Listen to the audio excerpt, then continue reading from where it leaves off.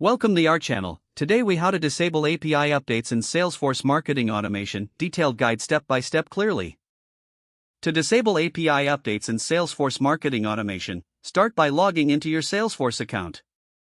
Once logged in, navigate to the Setup menu located in the upper right corner of the page.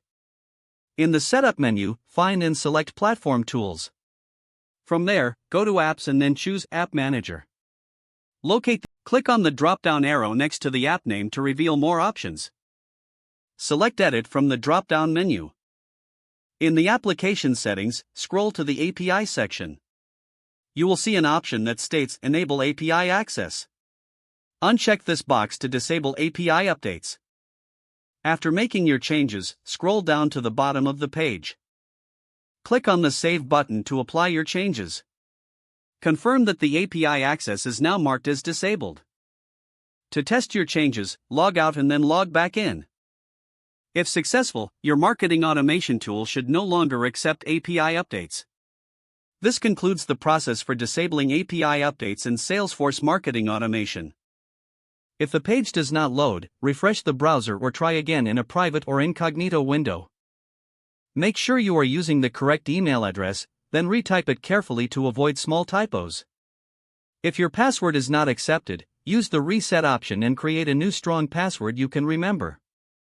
Check your spam folder for verification or security emails, then complete any requested confirmation steps. Enable two-factor authentication if available to improve account security and reduce unauthorized access risk.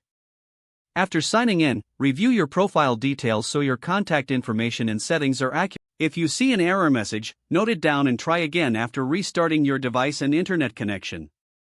Log out when you finish, especially on shared devices, to keep your account and payment information secure. If the page does not load, refresh the browser or try again in a private or incognito window. Make sure you are using the correct email address, then retype it carefully to avoid small typos. If your password is not accepted, use the reset option and create a new strong password you can remember. Check your spam folder for verification or security emails, then complete any requested confirmation steps.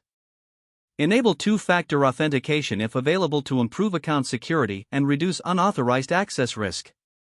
After signing in, review your profile details so your contact information and settings are accurate and current.